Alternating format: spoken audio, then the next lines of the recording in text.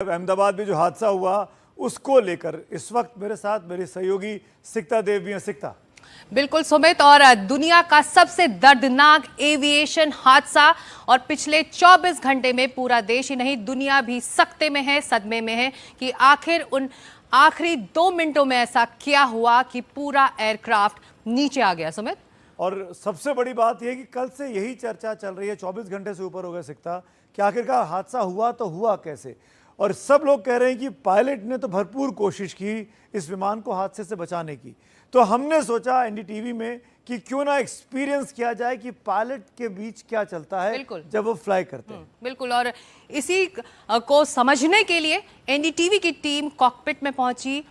Simulator में किस तरह से ट्रेनिंग दी जाती है पायलट्स को, वहां जाकर ये समझने की कोशिश की कि उन आखिरी लम्हों में आखिर क्या हुआ होगा कॉकपिट में।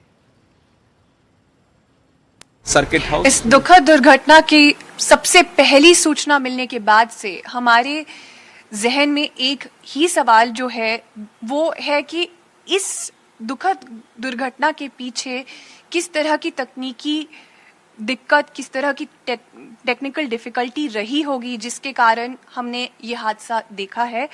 आज हमारे साथ मौजूद हैं पुष्कर शेलार, जो कि ट्रेन्ड कमर्शियल पायलट हैं, जो हमें बताएंगे कि किस तरीके से एक रेगुलर टेक ऑफ, एक आम टेक ऑफ किस तरीके से डिफरेंट होता है, किस तरीके से अलग होता है एक तकनीकी डिफिकल्टी वाले टेक ऑफ से। पुष्कर, मैं आपसे सबसे पहले आपसे इस बारे में पूछना चाहूँगी कि एक आम टेक ऑफ में क्या प्रोटोकॉल होता है जो कि फॉलो किया जाता है, और आपका क्या अंदाज़ा है कि क्या संभावना रही होगी कि जिसके कारण हमने इस तरह का हादसा देखा है। Right, so normal take off हम लोग जब करते हैं तब हम एक there is a thing called checklist, हम लोग चेकलिस्ट यूज करते हैं, उसमें सीरीज ऑफ आइटम्स लिखे होते हैं। राइट, सो हम लोग इंश्योर करते हैं टेक ऑफ करने के पहले कि हर एक चीज़ अपने अपने हर प्लेस में है कि नहीं। राइट, सो फॉर एग्जांपल हम लोग फ्लैप्स देखेंगे कि फ्लैप्स ऑलरेडी सेट है कि नहीं, या हर एक चीज़ देखेंगे। Then we get the clearance, मतलब हमें क्लियरेंस मिलता है। दर्शकों की जानकारी के लिए जानना चाहूंगी कि जो आप कह रहे हैं फ्लैप्स, वो क्या होते हैं और कहाँ से इस पैसेंजर जेट सिमुलेशन की मदद से आप हमें बताइए कि कहाँ से उन फ्लैप्स को ऑपरेट किया जा सकता है। राइट, सो फ्लैप्स का स्विच ऐसे दिखता है कुछ। तो फ्लैप्स बेसिकली क्या होता है कि एक विंग पे एक पार्ट होता है जो हम लोग जैसे फ्लैप्स ऐड करेंगे, फ्लैप्स 1, 2, 3 जैसे भी जो भी है, तो जब हम ऐड करेंगे तो विंग का एक पार्ट बेसिकली एक्सटेंड नीचे होना चालू करेगा। तो उससे क्या होगा कि बहुत ज़्यादा लिफ्ट वो जनरेट करेगा, एट द सेम टाइम वो रेजिस्टेंस भी क्रिएट करता है। तो एक पर्टिकुलर ऑल्टीट्यूड पे जाके हम लोग फ्लैप्स को भी रिट्रैक्ट कर देते हैं ताकि ज़्यादा ड्रैग क्रिएट ना करे, या फिर हमको स्लो डाउन करने में एयर में वो टाइम पे भी हम लोग बेसिकली फ्लैप्स यूज़ करते हैं। तो इसका मेजर यूज़ है to fly at slow speeds, to generate a lot of lift, also to slow down. So to fly at minimum speed हम लोग फ्लैप्स को यूज़ करते हैं। So this is how you basically add flaps 1, flaps 2। सो इसे उसका ये यहाँ पे, और हमारे पास कुछ स्क्रीन्स होते हैं, उस पर हमें दिखता है कि फ्लैप्स 1 सेट किया हुआ है या फ्लैप्स 2 सेट किया हुआ है, कौन से कॉन्फ़िगरेशन में बेसिकली हम लोग है अभी। मैं आपसे दर्शकों की जानकारी के लिए ये भी जानना चाहूँगी कि जब आप एक फ्लैप को यूज़ करते हैं तब आप क्या मैनुअल मोड पर वो यूज़ किया जाता है, माने पायलट जो है उस सेटिंग को ऑपरेट करते हैं, उस सेटिंग को यूज़ करते हैं, या फिर वो एक विमान के सिस्टम के थ्रू किया जाता है। राइट, सो फ्लैप्स बेसिकली मैन्युअली ही सेट किया जाता है, फ्लैप्स 1, 2, फ्लैप्स 3 जो भी है सेटिंग वो। तो फ्लैप्स का सेटिंग्स कैसे डिटरमाइन होता है कि जो भी वेदर कंडीशंस है या जो भी सारे पूरे कैलकुलेशंस, वेट अपना है, ये सब फैक्टर्स कंसीडर करके फ्लैप्स का सेटिंग निकाला जाता है कि आज फ्लैप्स 2 लगेगा या फ्लैप्स 1 लगेगा ऐसे। सो बट या फ्लैप्स मतलब फ्लैप्स तो हम लोग मैन्युअली सेट करना पड़ता है। यस, हमारे पास ये जानकारी ज़रूर है कि कुछ चंद सेकंड ही थे, सिर्फ 32 सेकंड ही थे हमारे जानकारी के हिसाब से इस एयरक्राफ्ट में जो पायलट के पास मौजूद थे एक मेडे कॉल एटीसी तक पहुंचाने के लिए। तो आप हमें मेडे कॉल के बारे में थोड़ा बताइए कि किस तरीके से इस विमान के सिमुलेशन से आप हमें बताइए कि कैसे वो मेडे कॉल दिया जाता है और कैसे वो एटीसी तक पहुंचता है, और यहाँ इस विमान के सिमुलेशन में वो मेडे कॉल देने वाला इक्विपमेंट कहाँ पर मौजूद है। राइट, सो मेडे कॉल का मतलब ये है कि आप कोई बहुत बड़े इमरजेंसी से बेसिकली आप जा रहे हो, right, you are dealing with some very big emergency, right? तो सबसे पहले कोई अगर इमरजेंसी है, कोई मैल्फंक्शन हुआ है, तो आपको स्क्रीन पे आपको सब कुछ दिख जाएगा कि कहाँ पे क्या हुआ है क्या नहीं, राइट? सो आपको जब पता चलेगा तो आप असेस करोगे। लेकिन आपको जब लगता है आप बियॉन्ड कंट्रोल सिचुएशन है, तो हम लोग वही टाइम पे एयर ट्रैफिक कंट्रोलर को भी बता देते हैं कि हम लोग अभी इमरजेंसी सिचुएशन में है, राइट? सो हम लोग जब तो बेसिकली फॉर एग्जांपल ये कॉल कैसे होता है कि हर टाइम पे हम लोग एयर ट्रैफिक कंट्रोलर के साथ में कनेक्टेड रहते हैं, राइट? तो जब टेक ऑफ करते हैं तो वो टाइम पे मोस्ट प्रोबेबली हम लोग टावर के साथ ही कनेक्टेड रहते हैं। तो let's say after take off अगर हमें कोई इमरजेंसी हुई तो हम लोग मेडे कॉल उसको ही देंगे, तो उसको ही बताएंगे हम लोग कि इमरजेंसी में हम लोग है अभी बेसिकली फिलहाल, राइट?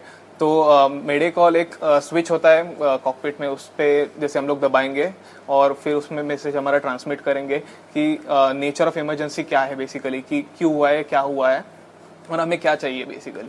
तो वो हम एयर ट्रैफिक कंट्रोलर को बताते हैं थ्रू रेडियोज, एक पर्टिकुलर फ्रीक्वेंसी पे बात करके।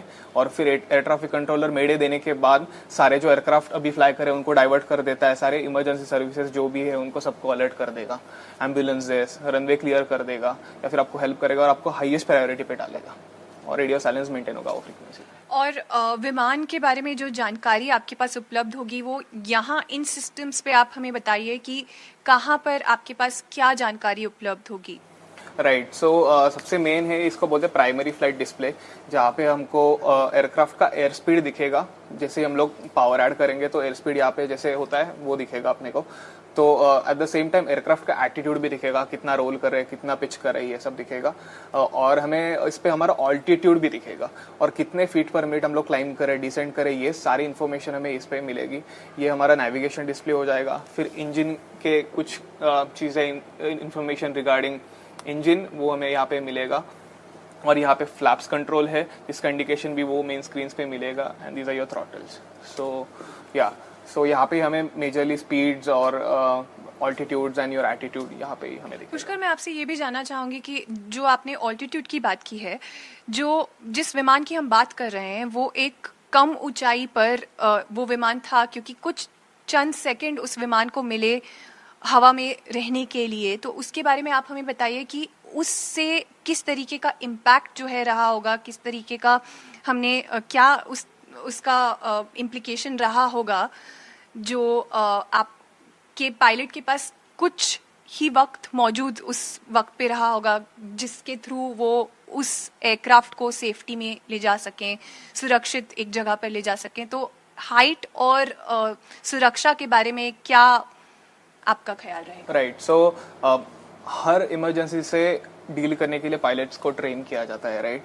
सो pilots are highly trained, they are very professional, right? It's a very professional environment. तो basically what happens is if you are at low altitude, अगर आप बहुत कम ऑल्टीट्यूड पे हो, राइट, तो आपके पास सोचने का टाइम बहुत कम है या चीज़ों के लिए रिएक्ट करने का टाइम बहुत कम है, राइट? क्योंकि आप कुछ फीट या हंड्रेड्स ऑफ फीट आप बस ग्राउंड के ऊपर हो, तो आपके पास टाइम बहुत कम है कंपेयर टू अगर आपका कुछ इंजन फेलियर हो जाता है या कुछ हो जाता है अगर एट हाई ऑल्टीट्यूड्स, आपके पास कुछ सेकंड से थिंक करने के लिए और टू रिएक्ट, आपको रिएक्ट करने के लिए ट्रैफिक कंट्रोलर कुछ करेगा कि कहाँ पे हम लोग उतार सकते हैं, क्या कर सकते हैं, जो भी सेफ्टी प्रोटोकॉल्स फॉलो करना है, जो भी है उसके लिए टाइम मिलेगा। लेकिन इस केस में ऑल्टीट्यूड इतना ज़्यादा कम था तो रिकवर करने के लिए बहुत टाइम कम था, राइट? तो इसके लिए ये एक फैक्टर हो सकता है कि बहुत टाइम, मतलब ऑल्टीट्यूड कम होना, उसके वजह से टाइम कम मिलना, ये भी एक फैक्टर है। बिल्कुल। मतलब मैं आपसे ये भी जानना चाहूंगी, आप हमारे साथ ये जानकारी भी साझा कीजिए कि जो ऑल्टीट्यूड का जो इम्प्लीकेशन रहा वो हम ज़रूर समझ गए, लेकिन उसके साथ साथ जो हमारा विमान का सिस्टम रहा है उसमें यहाँ पर आप क्या देख सकते हैं, जो ये जो सिस्टम है ये किस चीज़ के लिए मौजूद है?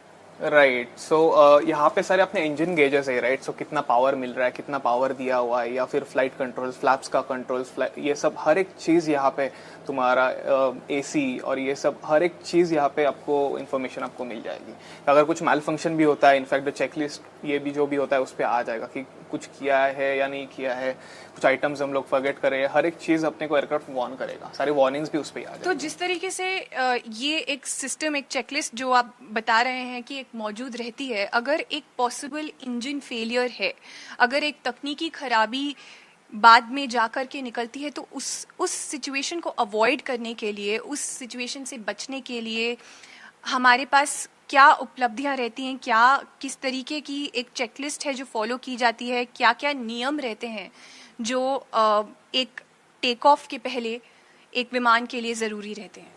Right her phase of flight के लिए अलग अलग चेकलिस्ट है, राइट? तो टेक ऑफ के लिए अलग चेकलिस्ट है, टैक्सी के लिए अलग चेकलिस्ट है, आफ्टर टेक ऑफ एक चेकलिस्ट है, लैंडिंग के लिए। सो सेम हर एक इमरजेंसी फेज के लिए भी चेकलिस्ट है, राइट?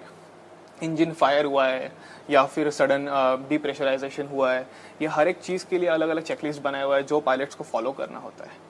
तो yes, there are different checklist for different scenarios. तो एक पॉसिबल इंजन फेलियर के लिए एक बहुत बड़ा एक चेकलिस्ट इस तरह की किसी भी तकनीकी खराबी को अवॉइड करने के लिए हमारे पास मौजूद रहता है। राइट वो होता है, लेकिन इसमें बहुत टाइम भी कम था, तो उन्होंने 100% पायलट्स ने ट्राई किया होगा वो जो भी प्रोटोकॉल्स है वो फॉलो करने के, बट अनफॉर्चुनेटली नहीं हो पाया वो। जी बिल्कुल, सिर्फ आधा मिनट उनके पास उपलब्ध था और ये दुर्घटना हमने देखी है। बहुत बहुत शुक्रिया आपका कि आपने हमसे ये सारी जानकारी साझा की, जिसकी मदद से हम समझ पाएंगे कि क्या पॉसिबल सिचुएशंस रहे होंगे, क्या संभावनाएं रही होंगी जिनके कारण हमने ये दुखद हादसा देखा। आप हमारी सहयोगी श्रेयसी की रिपोर्ट देख रहे थे पुणे से। सिमुलेटर दरअसल जो लोग जानते नहीं हैं उनकी आसान भाषा में समझा देता हूं।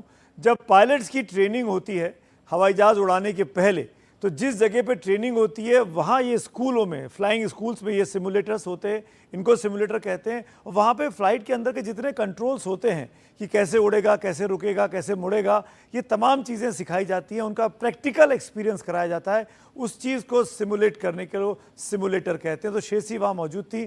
श्रेयसी जिस विमान को दिखा रही थी वो शायद मेरे ख्याल से एयरबस का था, लेकिन ये विमान जो हादसाग्रस्त हुआ है कल अहमदाबाद में वो बोइंग था, बोइंग 787। अब ये जो ग्राफिक्स आपको सिक्ता दिखाने वाली हैं, इसमें 787 के अंदर का जो कॉकपिट होता है वो कैसा दिखाई देता है? बिल्कुल, ये जो एक अंदाजा लग रहा है कि उस दौरान इस कॉकपिट में क्या हुआ होगा।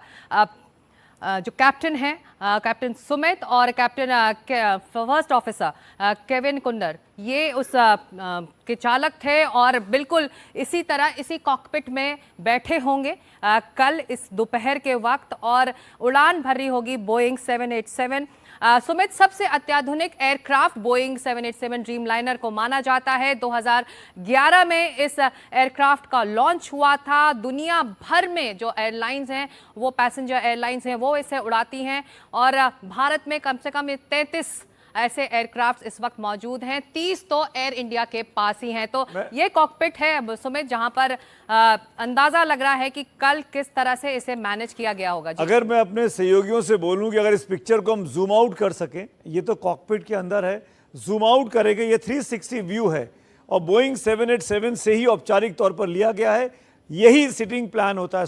कैप्टन सुमित सभरवाल और उनके जो को पायलट थे वो इन्हीं 2 सीटों पर बैठे रहे होंगे, और सामने आप देख सकते हैं शीशे के उस पार उनको रनवे दिखाई दे रहा है। इस रनवे से उन्होंने टेक ऑफ किया होगा, और ये पूरी पिक्चर जो है उनको चारों उनके अपने सामने का 270 डिग्री का व्यू मिलता है। केवल पीछे का जो 90 डिग्री है वो उनको नहीं दिखाई देता है प्लेन को, क्योंकि आगे उड़ना है, तो वो दोनों तरफ लेफ्ट और राइट देख सकते हैं और सामने की तरफ देख सकते हैं। और जो सामने तमाम लिवर्स लगे हुए हैं, कंट्रोल्स लगे हुए हैं, वो प्लेन को टेक ऑफ करने के लिए और लैंडिंग करने के लिए।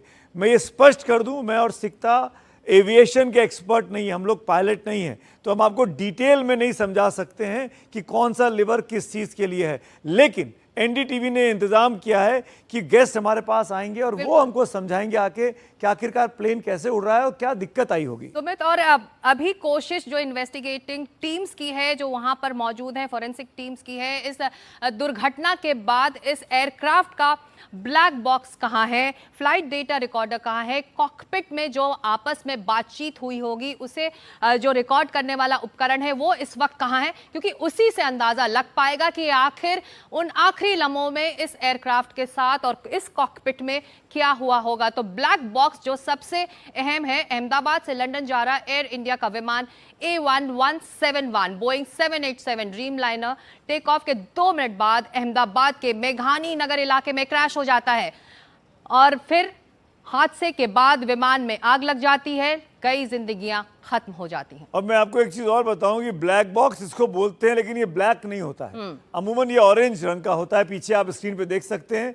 इस ब्लैक बॉक्स में इस फ्लाइट के अंदर जो भी कम्युनिकेशन हो रहा है दोनों पायलट्स के बीच में, वो आवाज रिकॉर्ड होती है, और जो कम्युनिकेशन वो एटीसी के साथ कर रहे होते हैं कि क्या चाहिए, या हम लैंड कर रहे हैं, हम अप्रोच कर रहे हैं, वो आवाज़ें रिकॉर्ड होती हैं। और ये इसलिए होता है ताकि पता लग सके कि किसने क्या इंस्ट्रक्शन दिए और सही इंस्ट्रक्शन ग्राउंड से उनको मिल रहे थे कि नहीं मिल रहे थे। वो तमाम रिकॉर्डिंग्स, सीसीटीवी फुटेज की रिकॉर्डिंग, एडीआर की रिकॉर्डिंग, वो इस बक्से में होती है, छोटी सी चीज़ में।